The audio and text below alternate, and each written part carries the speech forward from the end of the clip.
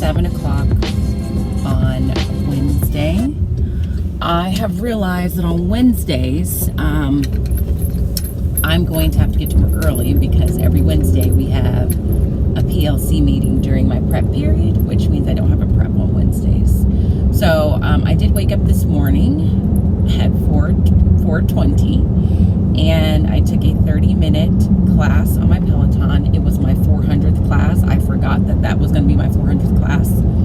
So I'm 400 classes in, and then I got dressed. I felt better after the ride. Last night, after I ate dinner, I just suddenly felt, I don't even know what the word is, like, I ate dinner and then I was trying to do something. I think I was trying to send emails or do something productive or grade something, and I just couldn't. Like, I mentally felt like I couldn't even think. Like, I couldn't think straight. I couldn't string a sentence together. I couldn't remember from one moment to the next what I was trying to do.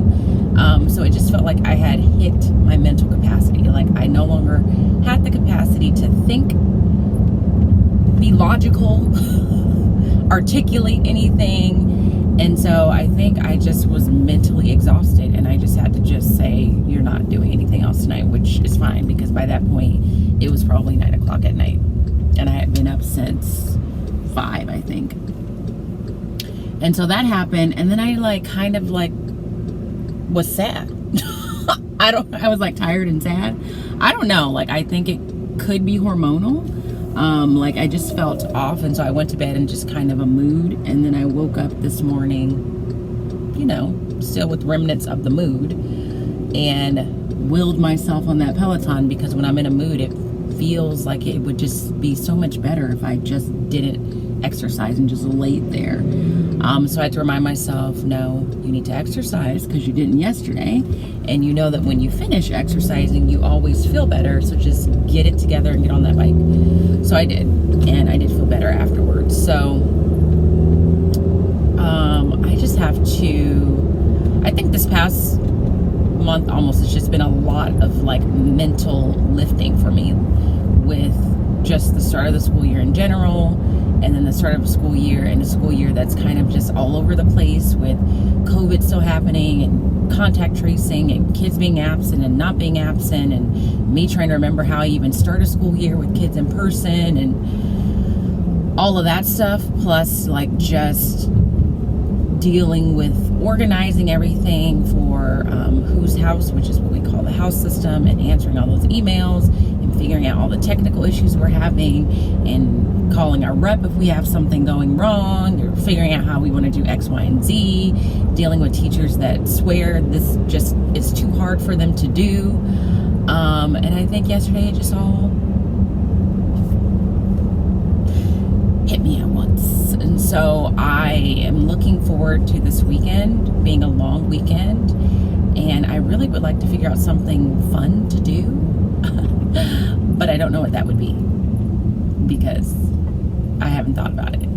So I think that was all wrapped up in my sudden moment last night. And it was one of those moments where, I don't know, like, and this is why I think it's hormonal, where I can almost feel like a switch flip. Like, I'm suddenly fine, and then suddenly I'm not. Like, I feel one way in 1 second, and then in another second I feel just completely done with everything and everybody.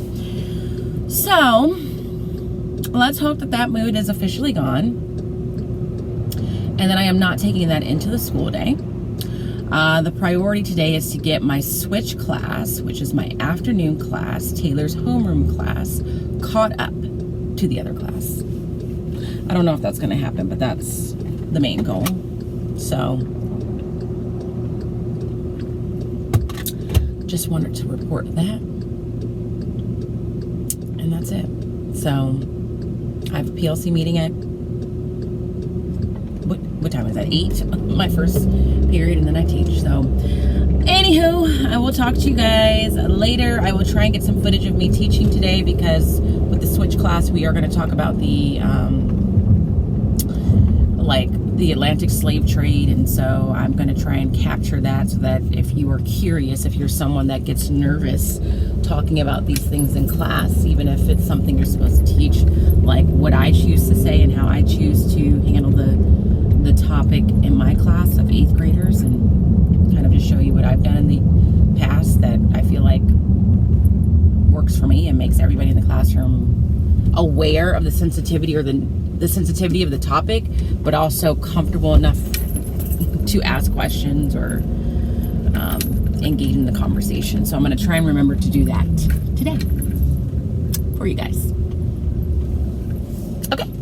All right, bye. Well, I dropped the ball.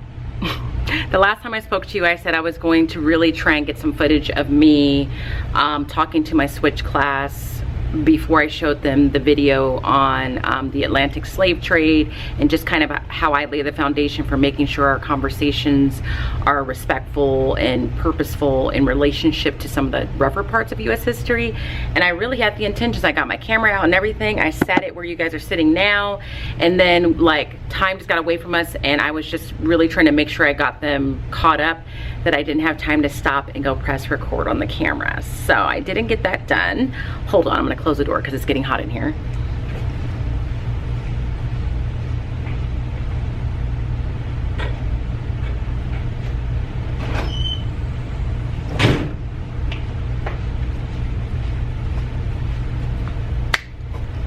Anyway, so since I couldn't show it to you, I'm going to just tell you what I do basically. So we did a lesson on Nearpod that talks about the New England colonies, middle colonies, and southern colonies, and it makes sure to differentiate like the differences between the 3 regions in terms of the role of religion in each one, the climate, the land, and how that affected, you know, the economy of those areas. And so the southern colonies are the ones that they talk about, the ones that they talk about last, which is nice because it leads itself into the Atlantic slave trade video that I show, and I found that on TED Ed last year.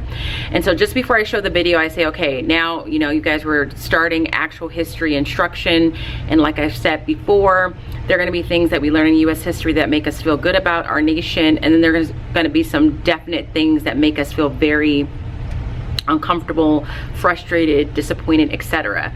And so I told the class, like, this classroom and this space is not a place to make light of these situations, to try and make jokes. I understand sometimes people are uncomfortable, so they may try and make a joke out of the situation. And if that's what you do, we're gonna need to find another coping mechanism for you, because that may cause someone else to feel uncomfortable or disrespected. And then I also just share like my experience as a Black person when I was in school hearing lessons on this. And so I would say, I know for a fact when I was your age and we would talk about these things in class, I would feel uncomfortable because for a variety of reasons. My peers are looking at me, I'm wondering if they're looking at me, I'm wondering what they're thinking. And so I know that for some of you, you're gonna feel the same way. And then I go on to say, now I would also assume, I don't know this for certain because I have not lived that experience, that if you're a white person watching this, then you're gonna feel uncomfortable too, because you have the same anxieties. Are my peers looking at me and wondering if my family did this? Did my family do this? How do I feel about this? Like, all of that. I said, so everyone's gonna feel uncomfortable about something at some point throughout the course of this class, and we need to be aware of that and be mindful of that. And so I said, I don't think it's gonna be, I always say, I don't think it's gonna be an issue in this class, because it never has been, and that has been the truth in the 3 years that I've taught 8th grade and had to talk about the subject matter. And then I showed them the video. So the video, I know I mentioned it very briefly last year on Insta stories. It's probably still in the highlights. It's from TED Ed, and it talks about the Atlantic slave trade, talks about how it, you know, it first started off as African tribes trading slaves that they captured through tribal warfare with Europeans for weapons, and how it progressed from that to now primarily Europeans coming over and not necessarily just trading with tribes, a few here, a few there, but it just becomes very prolific. And also explaining why the tribes would have traded with them in the first place, and just kind of making sure they're educated on that. Also making sure they understand the difference between indentured servitude, which is what some people came over here as, and slavery.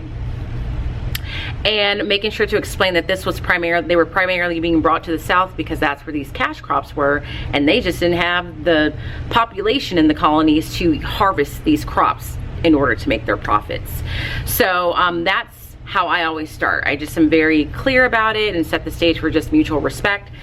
It's worked in the past 3 years that I've taught it, and also made it safe for kids to ask questions. And I said, now if you're asking a question and you truly don't know, that I don't mind. But if you're trying to ask questions and be like, you know, someone that says something shocking or controversial because you think it's funny, that I have no patience for. So we did that lesson with my switch class today. We had already done that one with my homeroom class. Again, that was through Nearpod. And then I showed them the Atlantic slave trade video from TED Ed. And that was that. And then also we did the Wednesday activity with the article of the week, which is called the Leaderless Discussion, another Making Thinking Visible strategy, where I read the article. This time they're highlighting in orange, which is questioning, and they're coming up with 2 discussion questions that they're going to pose to their group when it comes time to discuss as a group.